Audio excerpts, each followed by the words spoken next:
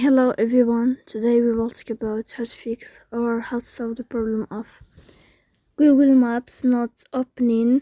You click on Google Maps not opening, you click on settings. Here in this page you can click on apps, default apps, app settings.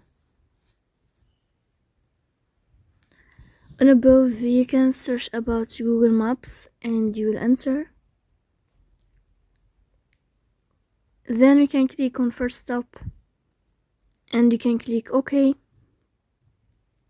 After that you will enter to storage. Here you can click clear cache. Don't click clear data because that can delete your account. In the end you can turn off your phone and you can turn on your phone again. So please don't forget to support us by like and subscribe.